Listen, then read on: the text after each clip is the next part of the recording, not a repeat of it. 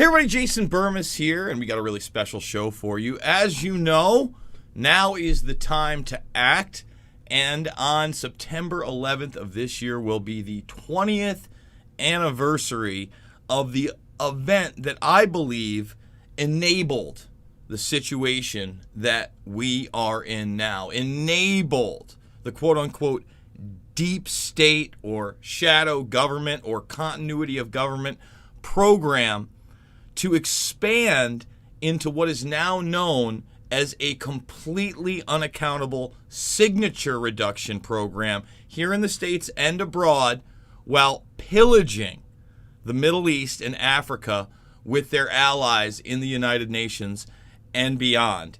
And because of this, Magnus and others are going to be down in D.C. on the 11th to try to end the damn wars. So unfortunately, this young man, this whippersnapper's webcam has broken on us, so we're only going to get audio today. Targeted and zapped by the NSA, probably. But Magnus, for those who are unaware of you, why don't you tell people about yourself, where they can find you, how you got involved in this. Obviously, you're one of those bad boogaloo kids that the media is always talking about. So before we even get into boogaloo, I want to know who Magnus is before boogaloo and then into that. Yeah, so I'd always just been kind of a lifelong hippie activist. I was raised very rural, middle of nowhere, Michigan, around a bunch of hippies, and started as an environmental activist at a very young age. And kind of just ran around doing more of the tame version of that, picking up garbage, going down the river and cleaning up the river and stuff like that. But then I moved to Detroit, and that's when I ran into groups like BAM and Robin Hood Tax and Water Warriors and all of that. And that's when I kind of got into more of the getting thrown in the back of a police car kind of activism. And from there, I got really heavily involved in the anonymous movement when that was a big thing. I organized the Million Mass March in Detroit for 2 years. And then when that all kind of fell apart, activism sort of fizzled for a while. Let's talk about that really quick. Because you did. You kind of had this era where at least it was projected that those on the left, before they were burning things down, they were using civil disobedience. And I don't say they were all on the left, but the Occupy Wall Street movement was heavily promoted. You saw people like Cornel West down there, people like Michael Moore promoting it. And it was more of a sit-in movement, but it was one that was gaining national attention. And that almost coupled with this anonymous movement of hackers and the WikiLeaks releases that exposed Guantanamo Bay and Abu Ghraib for the rape and torture centers that they were. So it seemed like it was easier for the left. I was always very, very worrisome, as many of them had fallen for Hope and Change and Barack Obama. But at some point, that just kind of fizzles out and ends, and there isn't much activism anywhere that's meaningful in any way, whether it's disguised as left or right or not. Yeah, it kind of, I feel like every one of the movements got heavily co-opted, or they were crushed by the FBI. If you look at the, a lot of the early Anons got swooped up, put in jail over extremely hypercharged, politically motivated charges, and thrown in jail for 20 years, 10 years over things that aren't extreme at all, yet a rapist will get 5 years. So that kind of tells you what was going on there. And then if you look at all the populist movements, the Tea Party movement got co-opted, Occupy got co-opted, and then obviously with WikiLeaks, they grabbed Assange, and he had to run and hide in the Ecuadorian embassy forever until they eventually dragged him out and threw him in prison. Mm-hmm. So all of these kind of got shut down, sat on, co-opted, and for a solid 4 years there in the beginning of the Obama first term, there wasn't much kind of militant populist resistance to anything. And that really kind of disillusioned me in a lot of ways, and kind of put me more on the path to where I ended up now, from being this very staunch, like left-wing kind of typical college socialist type person to the wild anarchist that I am now. Isn't it funny? It's And I I don't want to speak to it one way or another. I've been pretty apolitical, my entire quote unquote career in doing these type of things. But when I was first making the Loose Change films, one of my fraternity brothers, one of my very good friends, he has a channel. Everybody can watch it. He's been on the show, Jay Mandresh, and he only talks about basically the founding fathers. Now, back in the day, he was such a staunch, socialist, Marxist, always quoting these things. And now he's come around to the point where he literally openly identifies as a neocon. Oh, God. Knowing everything that he does. And I just think to myself, what happened? What happened to this, kid who had all this fire in his heart, to a guy with 2 kids that's just willing to roll his sleeve up because, his wife and the state want him to, and he wants the UBI, but he still considers himself a neocon, and he just got all the fight taken out of him. And I feel like a lot of people in that generation, which is kind of... I would assume, you're in your late 20s, early 30s, Magnus? Yeah, I turned 28 2 days ago. So all right, so this guy's a similar age. I think he's in his early 30s. But that generation in particular. Now, I'm not giving a pass to my generation because I think a lot of us suck as well, and certainly not my parents' generation, who acquiesced and really was full throttle behind the war on terror, along with the older folks, the real boomers at the time, right? But I just see an indifference of the people that grew up with the Kardashians and American Idol to the point of so much apathy where they don't feel like they have a voice or a movement or there's one worth fighting for. I mean, what's your feeling on that? Yeah, I definitely think like the millennial generation and then obviously Gen Z or Y or whatever we're calling them now, the next generation below me, it's either they're totally apathetic and unaware and they just live their life, consume their reality TV and their video games and move on, or they're aware and they're very collapsitarian. There's nothing I can do. I'm just going to wait until it all falls down and burns, very like death cult almost mentality. And then you have the other side of it that is very heavily involved and very aware of issues, but are extremely willing to be co-opted by the establishment and by these political parties. Kind of, the BLM marches over the last year are the perfect example of that, of what started as a very positive kind of grassroots thing across the country, immediately got leapt on by the DNC and all of these groups and kind of pushed one way or the other and kind of away from the original point and message. And it's funny that a lot of these activists will talk about like infiltration and stuff like that. But, someone with a D in front of their name shows up to their event and is like, I don't believe in anything you believe in, but I support you. And that they're welcome with open arms. You see that all the time. The best example of that was in Louisville, Kentucky, when I was there for the anniversary of Breonna Taylor's murder. And during the day, it was a bunch of DNC groups speaking and everything like that. And there was no police involvement whatsoever. But then later on in the night, when it was just the local activists, they deployed LRADs and like 100 riot cops on like 50 people standing on the side of the road.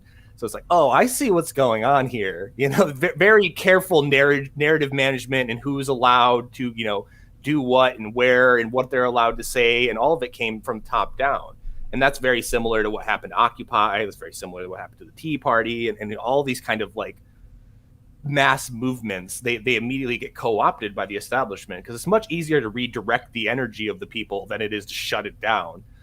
Absolutely. They need to manufacture the outrage at certain points and then cut it off at other points. You're not allowed to talk about this, but we want to promote and push this agenda, which is very divisive. And people get caught up in this team baseball. I constantly hear, the left eats its own. Well, listen, no offense, but if you consider yourself on the left and somebody does the wrong thing, I'm not saying you should eat that person, but you should definitely point out why that's wrong. Team baseball on both sides is repulsive, and one of the reasons I think that we've been in this mess because the media now weaponizes that narrative to the point, for instance, I mean, you see it now, that they're talking about the I word, the drug that everybody's there is a Trump drug.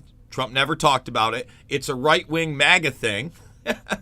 I'm certainly not right wing. I was never MAGA. I don't believe that Dr. Corey or his medical cohorts have a political affiliation. Yet even Rand Paul, who's supposed to be quote unquote one of the good guys, Magnus, says that the reason that they're not looking at that drug is because of the TDS and the hate for Trump. Well, that makes no narrative sense whatsoever. But because everything is built around, what you're allowed to say and what you're allowed to be angry about, why can't we be adults and say, no, it's obviously Big Pharma and the three-letter agencies of death that are suppressing this information on behalf of a predator class, and it has little to nothing to do with Trump at all, except using him as cover. Yeah, and I mean, you have the other example of that, of the working dogs that we left over in Kabul, where immediately after that story came out, it was smeared as a right-wing conspiracy. Where like the first person I heard that from was someone that had a hammer and sickle in their bio. So like I don't think it's a right-wing conspiracy. Well, what's the thing? What's the deal with like dogs? Like have dogs become political? When I saw that, listen, the whole thing just to me, first of all, obviously I want out of Afghanistan. Number one, number two, I do not believe that even with the sloppy way we left there without cutting deals in the opium trade, in the lithium trade, and we may or may not have cut real deals in the oil trade just because, you see this predator class movement to lower the production of oil. You want a narrative in this country that we're no longer energy independent. We want to go back with our friends in Saudi Arabia. I'm sure there have been deals cut there. We might just let the chaos ensue, for the quagmire that we always wanted. Or the possible blowback later that they can blame. Look what happened. Oh, they got the oil, they got empowered, and now, another terror attack happened with white supremacists in the United States type of narrative. However, the way we got out was so sloppy, especially when you and I both know they've used mercenaries in that region for now almost the entirety of these wars. And the idea that they couldn't have gotten our military equipment out en masse, the dogs out, etc., and protected the entire area with mercs, with them being the last ones to go out, because I guarantee you, if you cut a deal with the Taliban, those mercs, and said, look, we also have drones in the sky at the very end, you could have easily made that situation much less abrasive and got everybody out. That's my opinion. Yeah. What is your feeling on what happened in Afghanistan? Because to me, I think it's done on purpose to delegitimize the United States once more and say that we're a failing empire, when really, again, they want to do that on purpose so they can further empower the UN, really. Yeah, I definitely, like, piggybacking off of that, there's a lot of sort of, I hate using the word conspiracy because it seems true to me, but there is a lot of conspiracy running around that this was intentionally done, this awful. So if we ever try to pull out of somewhere else, they'll be like, well, look at what happened at Afghanistan. We don't want to repeat that. When it's a no-brainer thing. Like you could go into a random coffee shop in America and pick 3 people, and they could probably figure out a more effective plan to pull out than we did. So it's ridiculous to me. And definitely to your point, I've been screaming to the heavens about this because there's so many people that are just salivating at the mouth and like giving Joe Biden so much credit for this, and they think it's the most spectacular thing in the world. When the war on Afghanistan wasn't like Iraq and wasn't like Syria. The war on Afghanistan was the war on terror. So in that same speech where Biden announced we are pulling out of Afghanistan, he announced that they plan on expanding counterterrorism operations into East Asia, into West Asia, and into Africa. So we didn't end the war in Afghanistan. We just expanded the theater. And he said it to our face, and people missed this. It was in that exact same speech. And yet everyone's just glowing over it. And, to your point, especially when it comes to like the PMCs and stuff like that, I have a good friend, Andrew. He worked for paramilitary companies for 10 years. And he has all sorts of crazy stories of like defending lithium mines in the Congo and like all this crazy stuff that the CIA was having these PMCs do. And he's telling me that recruitment is going up for those organizations, not down. It's going up. Bingo. And the military budget didn't get cut this year. It got expanded. So that should make people start asking questions of like, what is actually going on here? And, a lot of people are really critical of us because they're like, you're going to have an anti-war protest on the day that we're ending a war. That doesn't make any sense. And it's like, no, you're not paying attention if you really think that there's a war ending Like, no, actually the war is expanding further, and it might even come home at some point, which is increasingly looking like a thing that they're prepping for. And honestly, for years, you have seen this narrative pushed, and it seemed cartoonish and comical several years ago when they said that Al-Qaeda or ISIS will be working with white nationalists and white supremacists. But now they've got the public so primed with that white supremacy narrative, and you have a 20-year brainwashing campaign that these people from Afghanistan may be part of ISIS, now ISIS-K, or Al-Qaeda. If something were to pop off and Joe is neighbors with one of these recent Middle Eastern refugee families, it wouldn't be hard to contrive some narrative. It also might not be hard to not have to contrive some narrative and use an FBI informant or actual agent to gather some of these desperate Muslims after the fact, like they have before. Yes. Many times in this country. Because imagine how desperate these people are they're going to be in a new culture. They're not going to know anybody. Who knows how trusting they're going to be, but I'm sure they're going to trust people that have their financial interests in heart more than anything. And as we've seen with the Newberg situation, et cetera, it wouldn't be hard. And isn't it convenient, Magnus, that as of late we've seen, van bomb guy, Joe Biden, I don't want to do it, Joe. I don't want to do it. We see him out there. We now see this military man who had his friend at the Capitol who's still in solitary, how they've now wellness checked this guy. The narrative's out there, man. And I don't think these wars are ending. I think that what you're doing is extremely important. So, kind of fast forward a little bit in that in-between zone to when you get to, this Boogaloo movement, which the media immediately smeared. Yeah, so a lot of people kind of get salty when I say this, but I really genuinely believe it's true, that I think the only organization or movement, for lack of a better term, that's been smeared and targeted harder by the three-letter agencies was the Black Panthers. And obviously they got it worse than we did, but in our short existence, we've been extremely cracked down on by the FBI. And that kind of goes to the entire point in the message of the movement from the very beginning, was it formed out of the usual militia and Second Amendment kind of community, but it formed out of a younger group of people like myself that noticed the older kind of generation were very pro-authority. They were very pro-police. They were very, trusting of the government in a way, but they just didn't like the federal government in its current form. You find that a lot in 3%ers and Oath Keepers and stuff like that. Mm-hmm. And they were very heavily Trump, to where all of us were more either militant libertarian to the point of being hardcore constitutionalists to straight up anarchists, a lot of us. So we kind of, there was already divisions growing in the militia movement over kind of things like that, especially when the lockdowns hit and you saw, the more 3%er types being it's not the cops' fault and everything like that. And that all kind of metastasized with the, within 24 hours of each other, murder of Duncan Lemp in Maryland in a no-knock raid, and then the murder of Breonna Taylor in a no-knock raid in Louisville.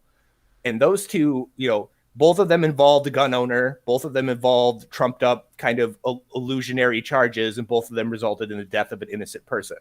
So we really catalyzed in that movement, and that's kind of where it turned from a meme into a movement.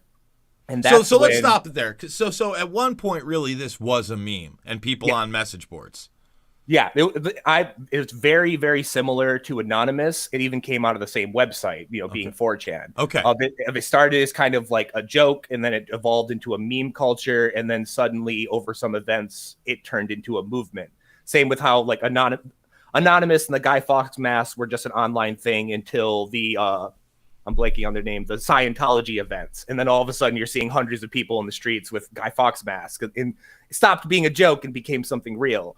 And that was the same thing with, just a few weeks after Duncan and Breonna, you started seeing guys with Hawaiian shirts at anti-lockdown protests, at BLM protests, at anti-police brutality protests. We really, spread. Because there was even a point when I was first learning about this, I didn't know whether it was real or not. I thought it was a joke. So I'm glad to know that there was that moment there in reality where you could have judged it either way. Yeah, absolutely. And I mean, even in the beginning, we still weren't sure what kind of we were, and we're still, sort of figuring it out. I'm not the leader of this movement. I'm not even like a spokesperson. I'm just one individual in it. It's very, very diverse across a lot of different political spectrums, goals, and how we go about things. Some people are more right wing and focus on more right wing events. Other people are explicit leftists, all within this movement. And it's always been kind of this unity organization in a way. And people are like, what do you stand for? And it comes down to just a simple rejection of unwarranted and unjustified authority, no matter where it comes from. It doesn't matter if it's the police or the federal government or whoever. And that's kind of how we differentiated ourselves. Awesome. So let's fast forward, my friend. Obviously, you end up going viral with that speech. You do Jimmy Dore. You get banned on Twitter. You got to make a comeback. But that doesn't stop you. You've decided that you're going to be putting on an event in D.C. A lot of people are going to be out there. I've kind of struggled whether I'm willing to drive all the way to the East Coast, only because I have to do it and then go to Florida on the 25th. And I just refuse to fly with everything going on. But I know that I got a lot of friends, fans, and family out in the East Coast. So I want to tell them that if you're not going to be in New York City, and I'm not sure what's going on there, Washington, D.C. is the place to be to end the damn wars. Tell them about it, Magnus. Yeah, so this whole idea came kind of to fruition in over a single conversation, to where I think it was in April, I was in DC with the Action for Assange people, and we were doing Julian Assange protests in front of the embassy, in front of the Department of Justice and the FBI headquarters. And we went back to the Airbnb, and we were kind of just all talking, and we got into this, slightly alcohol induced kind of lamenting conversation of where is the anti-war movement? We know what's going on in Yemen. We know what's going on in Syria, what happened in Libya, Somalia, Ethiopia. The list goes on and on of all these wars we're fighting. And there's hardly any street protests about it. And we kind of, got frustrated by that. So we decided that, the 20th anniversary was coming up. We were going to do a little action that would be probably the size of the Julian Assange events, maybe 50 something people in DC. And then it caught kind of fire and it caught a lot of attention. It started being shared out by a lot of people. And now it looks like it might be a big thing. And then beyond that, we expanded with local events as well. So even if you can't make it out to Washington, D.C., there's 9 local events going on all over the country. We have 3 events in Florida, Daytona Beach, Fort Lauderdale, and Jacksonville. We have an event in Denver, Scottsdale, Arizona, Portland, Oregon, New York City, Las Vegas. Tons of events all over. We have all these on our website, endthedamnwars.org, and we've been sharing them on the Twitter page. So now it's this large kind of national sort of day of outrage, pretty much, about what's going on and education. And the other thing that we're trying to do differently is a lot of anti-war movements in the past, and you're probably very aware of this, were explicitly partisan. We had the anti-Bush anti-war movement, and then we had the anti-Obama anti-war movement, and then nothing ever since. I think the last major anti-war march was in 2006. Which is crazy to me. Well, you know what? I'll say this. I've done, obviously, they were never major. You're absolutely right. Several anti-war marches after 2006, but certainly not after 2010. And one of my biggest concerns with this whole Trump Hopiate movement was that everybody would say, well, he didn't start any wars. Yeah, well, he didn't stand up when there wasn't an attack in Syria. And he didn't say anything immediately when James Mattis and people like Bolton were in the administration, and Pompeo and guys like Barr to the very end. Okay? And he did sign off. He accused Saudi Arabia of doing 9/11 and then gave them a massive weapons deal. A huge weapons deal, $400+ billion, while the Bilderberg meeting was going on. His inaugural Bilderberg meeting, Trump. I'm not saying he went. I'm saying he had more representatives there than I'd seen any president in that first time. You had McMaster, you had Peter Thiel, who was his technology advisor, you had Liddell, and I believe there were 2 others. And even up until the very last Bilderberg meeting that we know about, his boy Mike Pompeo, you can watch it on C-SPAN. Talk about surreal. C-SPAN comes and gets Mike Pompeo as he enters a building off a plane so he can go on a boat with the rest of Bilderberg. You can see Jared Kushner on there sipping away with a bunch of other elitists so they can go to a castle where he can discuss foreign policy in Iran. And, you know, the reason we need to do these things is that we don't know when the next war will expand in the Middle East. We don't know if something hot could pop off with Iran or another Middle Eastern nation. These things I mean, the whole Cold War with China thing, I think another detail a lot of people miss is everybody was very critical of Kamala Harris during this whole last 2 weeks. Like, where is she? Why hasn't she made a statement? It's because she was in Vietnam attempting to convince the Vietnamese to join in an anti-Chinese alliance and then do joint counterterrorism against Islamic extremists in East Asia. So it's that was what was happening, and everybody missed that little detail, so it's oh my God. And the thing is that they're building that narrative as well for a possible hot war with China. So many people are under the delusion that somehow USA good, China evil, even though they're living in the United States right now when it has never been more outwardly corrupt. Let me give you an example. I was talking to an individual that, bought into the QAnon sense, the hopium. He was talking about clones and Joe Biden being an actor and all sorts of Johnny nonsense, Magnus. He's a hologram. Oh, my God. And then the next thing he says is you don't believe in artificial wombs? And I go, what do you mean artificial wombs, man? And he's talking about for clones. And I'm like what they have for sheep. I go, look, man, we've been cloning things and probably human beings for a very, very long time. Now, I don't believe that they can take Jason Burmis, take his DNA, and then all of a sudden gestate another 42-year-old Jason Burmis and just replace me. Now, right. Could they make it so that I could raise me? Probably. Okay?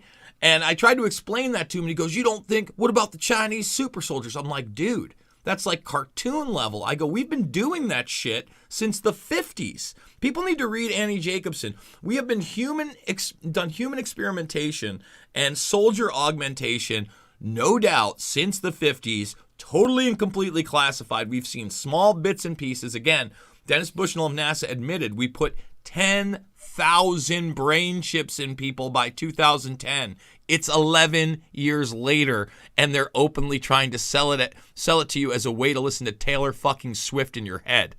So if you don't think that this has been going on in the United States forever, and if you don't think that the United States helped pioneer the technology that the Chinese are now using for their super soldiers, then you're just naive. There's one class at the top. This is class warfare. They don't care if you're white, black, Asian, Hispanic. They don't give a fuck. They don't give a fuck if you're a man, a woman, identify as a non-binary unicorn, motherfucker. They don't care. All right? That's the bottom line. And I think more people have to have that come to God moment, Magnus, that we are all in this together. It's not alone together. It's we're all in this together against a very, very minute and organized, powerful, resource-filled predator class. Absolutely. And that goes to something that we consider really important as well with this campaign, is it is explicitly post-partisan. 100%, no financing, no backing from any major parties, and every single person is welcome. I think Arizona is probably the best example of this, the Arizona event. It's being co-organized by the Libertarian Party and the Green Party. And I think the Young Socialists of America are going to be there, and some people from the local GOP are going to be there. So it's everyone. And we've, trying to make it explicitly clear to people that this is the whole point of this event is, even if we have 1 million people in Washington, D.C., and we surround the White House and we scream, end the damn wars, the military industrial complex isn't going to go whoops, well, sorry, and just stop. That's not really even the point of protesting. But what's really important to us is to get all these groups of people together, all these different organizations, these different speakers and the minor third parties and stuff, and start working together, because you're absolutely right that the people we're fighting have no issue with unity. They'll work with rapists and warmongers and evil tyrannical people. They prefer it. They prefer it. The more sociopathic that you are willing to be, the more co-optable that you are willing to be, they lick their fucking chops. Dennis Hassert raping kids since he was a fucking high school teacher? Let's put him as the Speaker of the House. Like, what don't you fucking understand? Like, all right. Yeah. But yeah, exactly. And you know, to go back to this, like, inspired by, you know, activism I used to do, in I think it was either 2014 or 2015, you had the Chicago Black Site in Chicago that was being run by an ex-officer from Guantanamo Bay that was torturing activists in Hammond Square in Chicago. So people obviously went to protest it, and I went to this protest.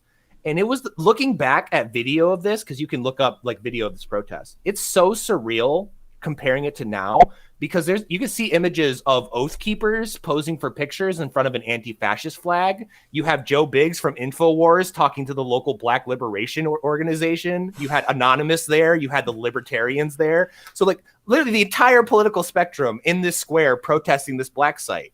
And then you fast forward to now. And that's the thing, like, that we should be. Yes. Like let's hug it out, man. That's why, you know, I've been covering this stuff, obviously for a very long time. But it also seems like, again, on both sides, if you're dressed a certain way, if you're acting a certain way, you're just immediately attacked. You know, I was kind of shocked when I first went down to D.C. in December before January at that first rally. And I was just going to meet somebody. I didn't even get to, I think it was the Harrington Hotel. I was about halfway there. And I had a Captain America jacket on. Nothing else. Obviously, I'm not a MAGA guy. No signs. Wasn't talking about Trump. Nothing. You know, I had my little thing. And all of a sudden, this girl in a mask among all these people in black. You know, I had stopped and was just kind of looking and seeing if this might be where I was supposed to be. And she just started coming up and screaming at me. I mean, you can't watch it on YouTube because they took it down. But you can watch it on the other platforms. And I was just like, listen, why don't you just take the mask off? We have a conversation. And then all of a sudden, someone's coming over with a bullhorn, and I'm a MAGA guy. And I'm just like, what is, and the police are protecting them. And it's just like, wait a minute, why is this happening right now? Why can't I even have a conversation with these people? They have no idea who I am. They were calling me a fascist. And all I could think of is, you know, I do more to fight fascism when I take a piss in the morning, probably than you've ever done in your life. Right, yeah, and you get surreal things like that. And I think that I had a friend that was in D.C. the same night that Tario pulled down that BLM banner and burned it, and that whole thing happened. And he, after the event, he walked, like, I think it was like 4 or 5 blocks away, and he was just sitting on a street corner waiting for his Uber to come pick him up. And these two or three people that were with the Proud Boys walked over and saw that he had a BLM patch on his vest. And they're like, "Is that a BLM patch?" And he's like, "Yeah." And then they beat the shit out of him. It's like, okay, so that's it's like, great. We can't even like have a conversation about anything. It's just immediately your experience combined with his experience like describes America perfectly. Like, oh, you got the wrong bandana on your arm, Crips and Blood style. We're just going to jump you, and it's wild. Well, let's flip it even a little bit further, right? So like when I had that jacket on and I had the camera going and I was in an area where there was a large group of them, probably 50 to 100 or whatever, right? It was a totally different situation than actually after that incident you're talking about, the flag burning incident. We had just filmed that, and I had come around a corner, and I was looking for a 7-Eleven, so I get a bottle of water. And there were two obvious, you know, Antifa people. It was just two of them. They're sitting on a park bench having a cigarette. Go up and talk to them. "Hey, man, do you know where the 7-Eleven?" Couldn't be more friendly, right? Couldn't be more friendly. You can have a conversation with them. I think when you get into this, again, idea of groupthink, team baseball, things get extremely dangerous. And the one thing that we do have to group up on is that we need to fight these people. We need to bring back our constitutional republic. A lot of people don't even know what that is. We need one person, one vote. We need to get these bureaucrats out of there. We need all these executive orders to end. And we have to fight this national security state. You know, this is the medium military prison industrial complex at this point, and they're trying to make it global, Panvidia. And by the way, your name is awesome. I feel like every time I say Magnus Panvidia, it's like the next wrestling superstar coming out for the WWE, brother. So I appreciate my little hippie pagan name I came up with forever ago. Brings people such joy. But yeah, you're absolutely right that it does seem like it's go time. Like, you look around the country, you look around the world, you look at all the wild things that are going on. I think like New York flooded and Lake Tahoe is like a hellscape right now. Yes, all that happened yesterday. What's going on with the wars, the domestic surveillance, the fact that the media was freaking out over a bunch of biometric scanners falling into the hands of the Taliban. And they were using those same biometric scanners on BLM activists and journalists in Brooklyn Center. Mm-hmm. So it's like, oh yeah. So how worse does it have to get before people kind of, like you said, have this come to Jesus moment where they're like, wait a minute, something's going on here. And I get it all the time of people on the right will be like, why do you work with leftists? You should just work on, radicalizing more like normie conservatives. And then people on the left will be like, we should reach out to liberals more. You shouldn't talk to the right. And I'm like, we don't have time to play this hungry hippos game anymore with waking people up. We never had it. We didn't have it. Listen, again, I'm gonna put it down for people right now. Okay, they killed 3,000 of your own citizens in the United States, and it wasn't just an inside job. It wasn't Bush. Bush could barely fucking tie his shoelaces. In fact, he could throw a fastball better than he could tie his shoelaces. Let's be fucking honest, okay? But the bottom line is they had people in here that did it. It was an international intelligence op with the same ones that are oppressing you now. We couldn't be fucking adults about it. We wanted to play partisan politics. Even motherfuckers like you, Tucker Carlson, are still playing those politics and demonizing films like Loose Change. The cancel culture has gotten so out of control that Spike Lee, who I have many, many differences in, has now had to re-edit his final episode despite the fact that he knows it was a controlled demolition and he wants a new congressional investigation into 9/11. Let's be honest. Congress has failed us so many times, it would be a fucking joke anyway. So we got to get our voices out there. Magnus, tell people where they can go, not only for your protest, but all these other protests. What's the website, and how can they financially support you too? Because I know that these trips are never cheap. Yeah, so everything is on endthedamnwars.org or the Twitter, which is endthedamnwars. So super easy to find. And everything else for the financial support is the same. We're End the Damn Wars on GoFundMe. We just hit our $3,000 fundraising goal yesterday, but obviously like more doesn't hurt. And then we have End the Damn Wars on Teespring. If you're not the type of person that wants to give, something for nothing, you can get a cool T-shirt or something like that, and that funds us. And then on the Twitter and on the main website, we have all of the local events listed out there, and you're welcome to start a local event, and we'll support you and we'll promote you. A lot of people, just came to us like, I've never organized an event before, and we coached them through it, and now they're going to have 100 people in their city. So you can do things like that. And then there was another woman in Berlin that just made a sign, like took the graphic and put it on a sign and just walked around Berlin with the End the Damn War sign. And she had people ask her questions, and it raised awareness. So little actions like that can do way more than you will ever can calculate. And that's kind of, what we're asking for people is this decentralized grassroots, no one's calling the shots or anything, kind of people's movement on this anti-war thing of we don't care what your political affiliation is. We don't care what party you're with. We don't care what money you have or how you identify or anything. Get a sign, go outside, organize a protest, and we'll help you.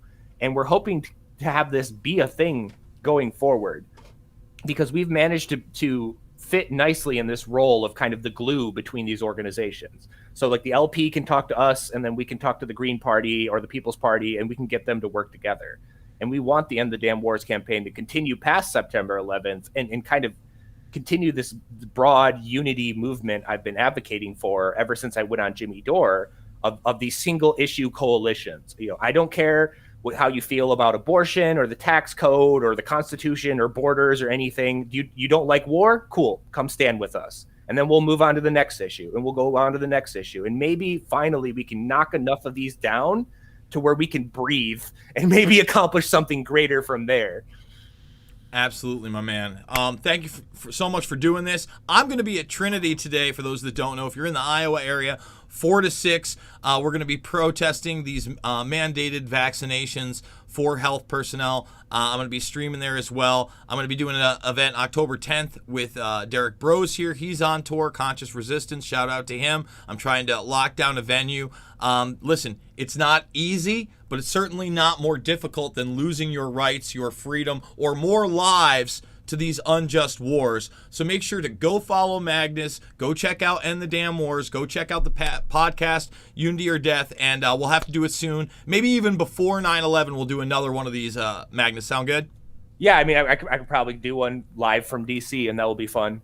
Wander around the hellscape that is DC and talk about ending the wars. Well, if I'm here, I've got enough. There's so much going on. So many people have invited me to stuff for 9/11. I'm still not sure what I'm going to do, but we will definitely try to do that and hook up on that day and get a broadcast out. I really appreciate you. Thanks for coming on.